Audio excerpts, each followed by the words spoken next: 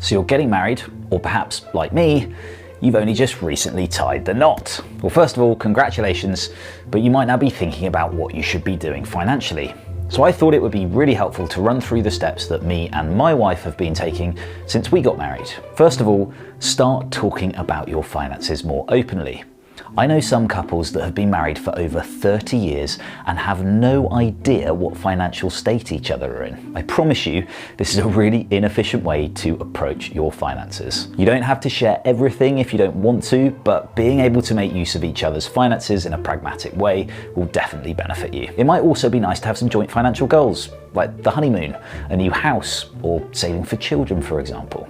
Once you've got married, you might also want to review your expression of wish form for your pensions. It essentially sets out who you would like to receive your pension on death. If it isn't currently your new wife or husband, you may well want to update this. And if you find your pension doesn't allow you to nominate a beneficiary at all, and it isn't a final salary scheme, this could reveal other problems that might need addressing. It could mean that it's a rather outdated and restrictive scheme when it comes to inheritance tax planning, so be careful. It's probably also time to review your insurance plans. Understanding how your joint finances would be affected if either one of you was unwell or died is really important, and more often than not, your workplace benefits won't provide sufficient cover on their own. So do take time to look over this together, particularly if you're thinking about having children. Now, one of the amazing benefits of being married is that you should now be able to leave an unlimited amount of wealth to your spouse, completely free of inheritance tax.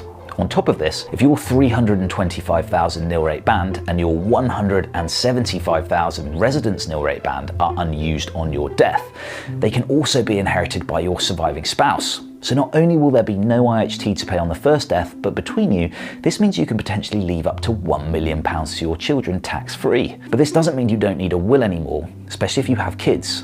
The rules of intestacy mean that if you don't have a will, your spouse will receive the first £270,000 of your estate and all personal possessions, but the remainder will be split 50-50 between them and your children, so your spouse won't inherit the entire estate like you might have wanted. And importantly, the portion that automatically goes to your children won't benefit from the spousal exemption, so there will be tax to pay, perhaps a little earlier than planned. Finally, you should now start thinking about sharing allowances. As you're married, if one of you earns less than £12,570, that person can transfer £1,260 of their personal allowance to the higher earning spouse.